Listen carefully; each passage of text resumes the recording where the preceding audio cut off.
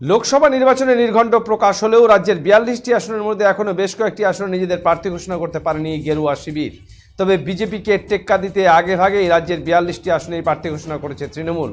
বিজেপির এই বিলম্বকে কটাক্ষ করলেন শিলিগুড়ি পুর নিগমের মেয়র গৌতম দেব। মঙ্গলবার জলপাইগুড়ি জেলার ডাবগ্রাম ফুলবাড়ি এলাকার পুটিমারিতে তৃণমূলের অধিকার যাত্রা কর্মসূচিতে অংশগ্রহণ করেন তিনি। সে সময় তিনি বিজেপিকে কটাক্ষ করে বলেন, বিজেপি নির্বাচনে প্রার্থী দিতে দিতেই তারা নির্বাচন শেষ করে দেবেন।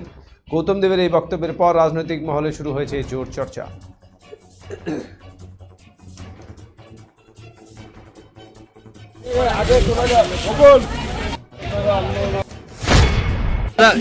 কি কর্মসূচি আজকে রয়েছে? আজকে এখানে অধিকার যাত্রা হচ্ছে।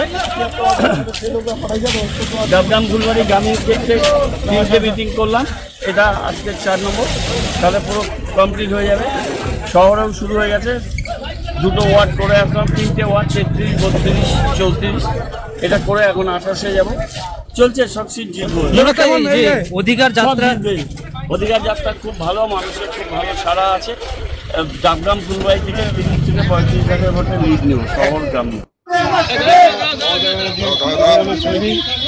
আপনাদের কাছে আজকে আবেদন নিয়ে লোকসভা ভোটে